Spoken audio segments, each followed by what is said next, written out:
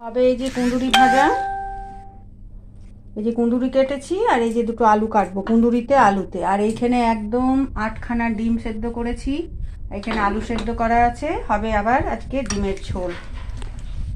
চলো কুঁদুরিটা আগে দিয়ে দিই কড়াইয়ে, তারপর আলুটা কাটবো।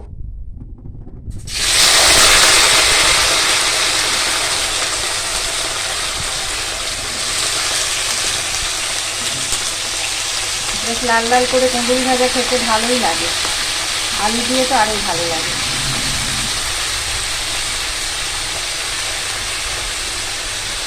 ভাজা যায়, তুমি আলু দেবে। আলু দিয়ে দিলাম এইরকম সরু সরু করে কেটে, এরপর দেবো নুন,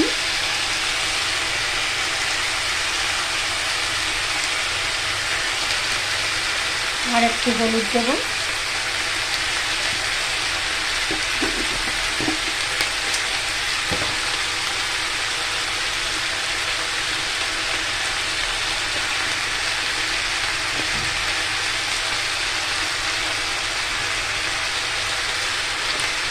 এবার কম আঁচ করে করে ভাজবো।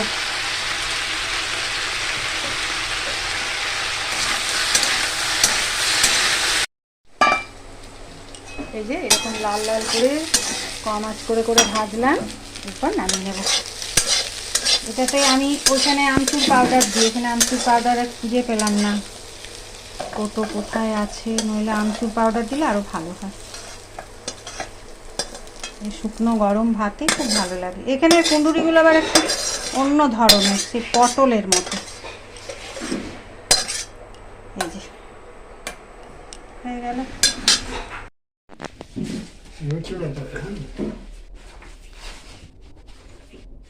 দেখলেন কেমন মিউজিয়াম? হ্যাঁ, মোজা পরে চলে যান।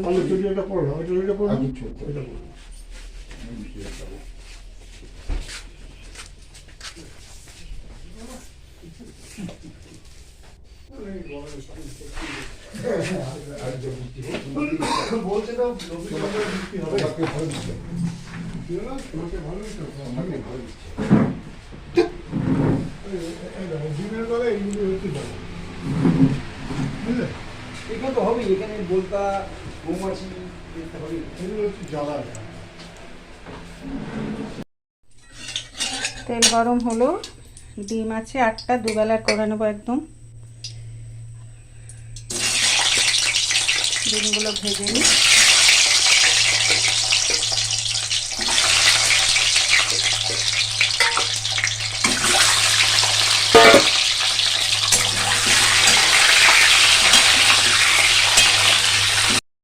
ডিমগুলো ভাজা হয়ে গেছে, বেশি লাল করে ভাজবো না, নইলে শক্ত হয়ে যায়। নামিয়ে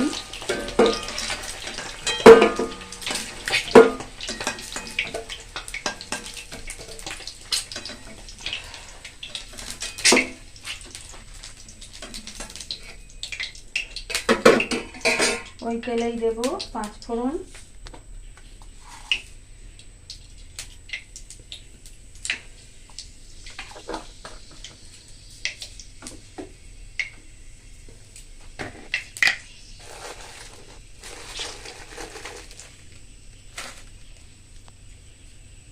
দিলাম লঙ্কা, আর দেব তেজপাতা একটা, এরপর একটু পেঁয়াজ কুচি দেবো,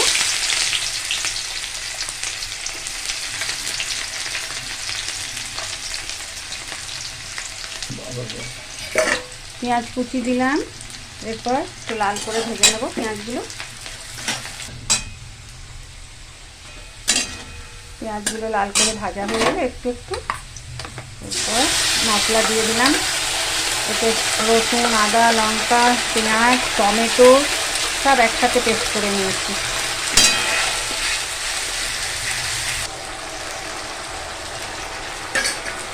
এরপর দেবো জিরের গুঁড়ো,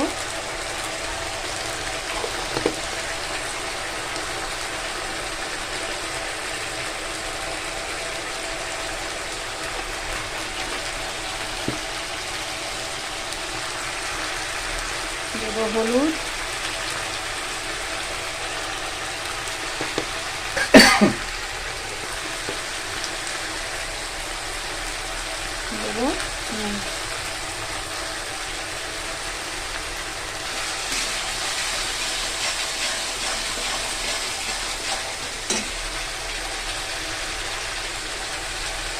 দেবো একটু কাশ্মীরি লঙ্কার গুঁড়ো। মশলাটা ভাজা হয়ে গেছে, এরপর দেবো আলু। আলুটা একটু কষাবো।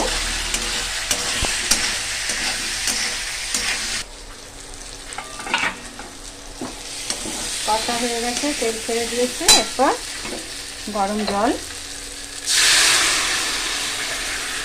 দিয়ে দিলাম।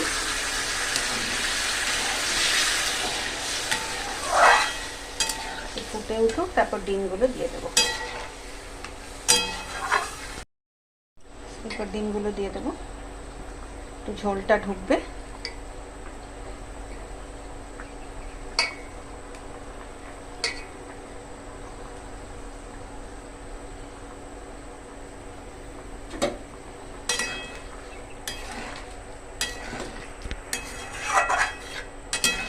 ফুটুক একটু।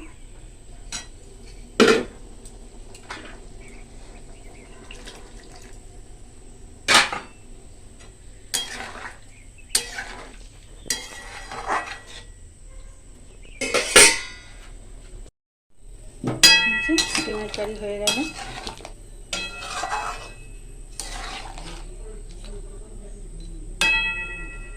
চলো নামিয়ে নিই।